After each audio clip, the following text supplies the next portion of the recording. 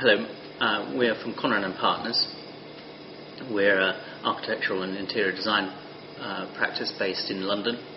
My name is Tim Bowder-Ridger. I'm the Deputy Managing Director, and this is Jane Lawrence, who's the Director in charge of interior design. We're here to speak as part of the AECWORLDEXPO and conference and to talk to you about our use of colour within our practice. As a starting point, we see colour very much as a tool, not the generator of ideas. The real generator of our ideas is the brief. With any project, we start absolutely from the brief, analysing the brief, working with the client to determine an approach, and often that approach becomes either contextual or narrative based, and we're going to tell you a bit about that in more detail. One of the projects which we would like to show you is a project we undertook in Japan. This is the Nikki Club. It's a retreat about 2 hours outside of Tokyo. And the idea of this project was very much about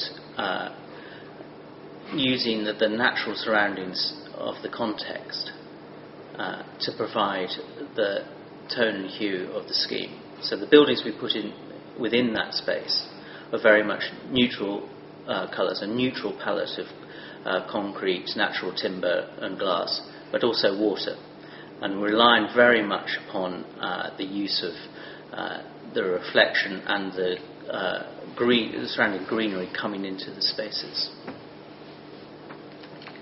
A narrative-based project that I was very much involved with was for the PJ and Surindra group, hotel group, Indian hotel group, and this particular project was the refurbishment of the hotel in Delhi. And here, the narrative for the design was the four primary elements of earth, air, fire and water. And that was really our tool, our starting point in terms of the design and informing the colour palette that we used. For instance, the reception area, we wanted to be quite calm, usually a very bustling space, but we felt it should be made to feel calm and serene and airy and spatial. So our colour palette was very muted, lots of whites, lots of transparents. Conversely, the restaurant symbolised fire, and here the colour palette was very much more vibrant, a sort of strongly applied palette of sort of oranges and golds and sort of rich yellows and sort of, basically the sort of warmer palette. Another contextual project where we, in this case, used much stronger colours, primary colours, was also for the same hotel group, but in Bangalore. We were working on a building which, when we first viewed it, had lots of connotations of a Corbusian brutalist concrete building. And by introducing primary colours into the depth of the facade, for instance, we were able to change the personality of that building from being quite a heavy, stationary object to being something which had life and energy and enthusiasm about itself. And the colours there, whilst they were responding to a context, were not just blindly picking up on what was around them.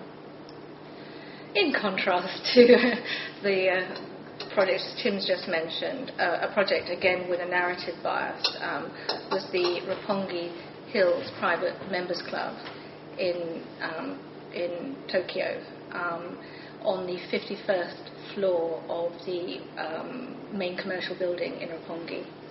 The design for this, the building itself was actually a sort of almost circular building, and we introduced the idea of speed and inserted an orbital corridor that ran through the centre or around the centre of the space, which divided sort of internal areas from the external areas.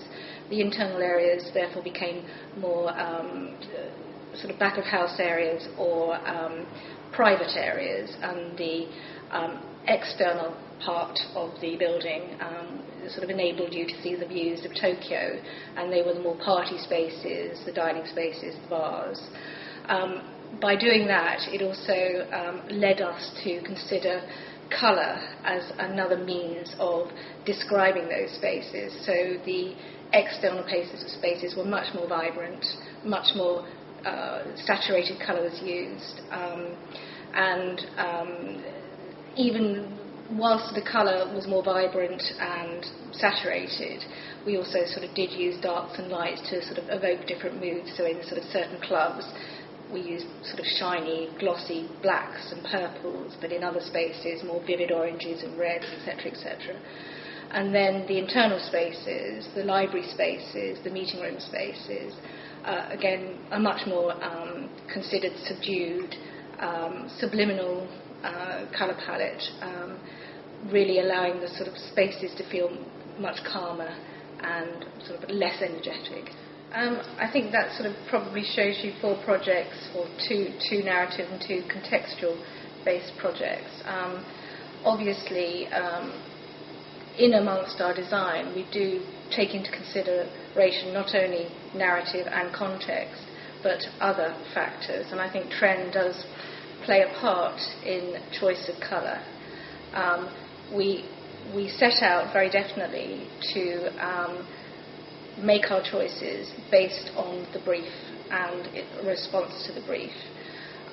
But one does inevitably see, as time moves on and trends changes in our sort of decision making in terms of colour. However, we also are extremely concerned to ensure that our projects have a timeless classical feel. They're not arbitrary, they're not throwaway. They want to evoke a mood. Colour obviously is very important in evoking the mood, and we want the colour to be chosen wisely, to be part of the sort of kit of parts, in a sense, that enables our schemes to have a sort of timeless sensibility around them. Ultimately, the choice in the colours will be in a response to the brief, yeah, rather than necessarily the current fashion. Yeah.